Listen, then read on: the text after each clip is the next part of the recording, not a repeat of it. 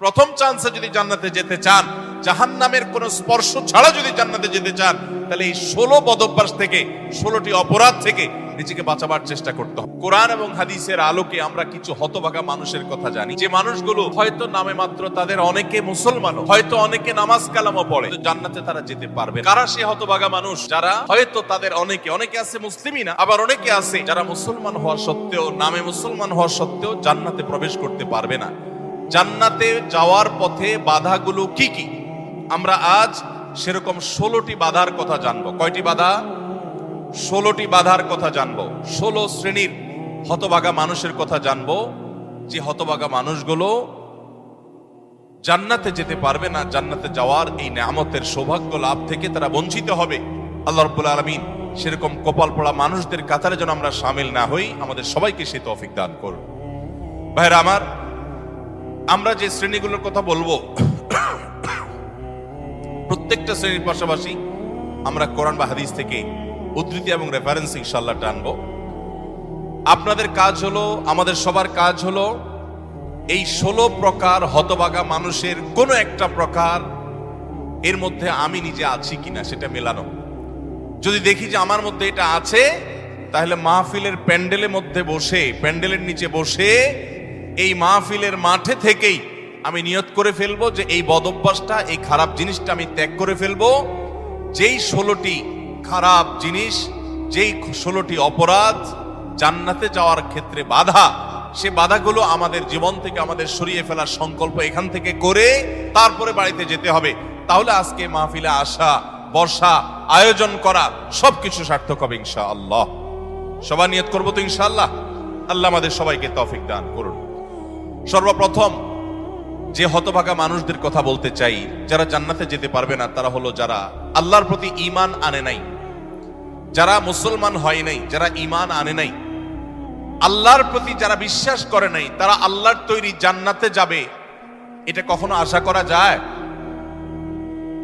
যদি আল্লাহকে কেউ বিশ্বাসই না করে, আল্লাহর একত্ববাদকে স্বীকারই না করে, শিরকে লিপ্ত হয়, সে মুসলমানই না হয়, তাহলে সে আল্লাহর জান্নাতের প্রত্যাশা কোত্থেকে করতে পারে?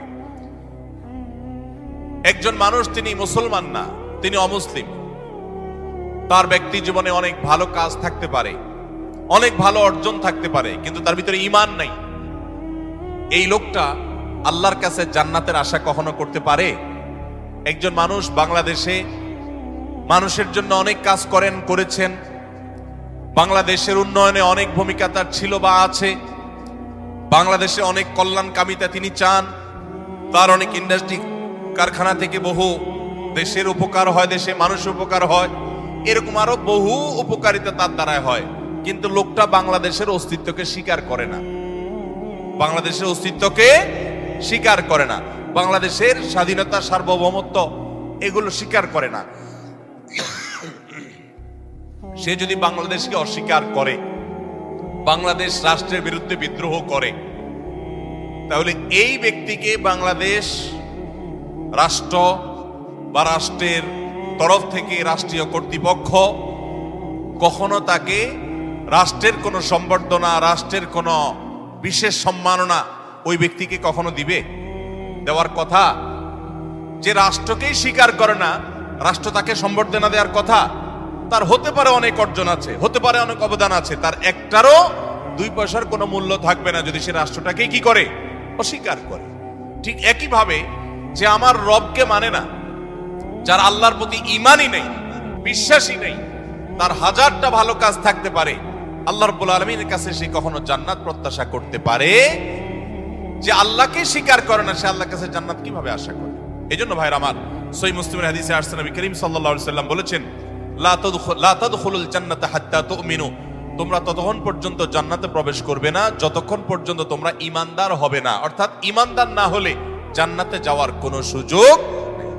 এই প্রথম শ্রেণীর মানুষ, তারা দুনিয়া থেকে যদি ঈমান ছাড়া যায়, তাহলে সেক্ষেত্রে চিরকাল তারা জান্নাতে নিষিদ্ধ থাকবে, অনন্ত অসীমকাল জাহান্নামে তারা থাকবে, জান্নাতে কখনোই আসতে পারবে না। আর বাকি 15 শ্রেণীর মানুষ যারা আছে, এরা এক সময় তাদের পাপ এবং অপরাধের প্রায়শ্চিত্ত করার পর, এর শাস্তি পাওয়ার পর আল্লাহ তাআলা চাইলে তাদেরকে জান্নাতে দিতে পারেন এবং তাদের ঈমান যদি থাকে, কোনো না কোনো সময় তারা জান্নাতে যাবে তাদের গুনাহগুলো মাফ হওয়ার পর অথবা শাস্তি হওয়ার পর, যেহেতু তারা ঈমানদার। এটাই হলো আহলুস সুন্নাহ ওয়াল জামাতের বিশ্বাস এবং আকীদা, যে মুরতাকিবে কাবীরা, কাবীরা গুনাহ করে দুনিয়া থেকে যদি কেউ জাহান্নামী হয়ে যায়, সে চিরকাল অনন্ত অসীমকাল জাহান্নামে থাকবে না, বরং সেখান থেকে এক সময় না এক সময় সে বের হয়ে আসবে। এটাই আহলুস সুন্নাহ ওয়াল জামাতের আকীদা।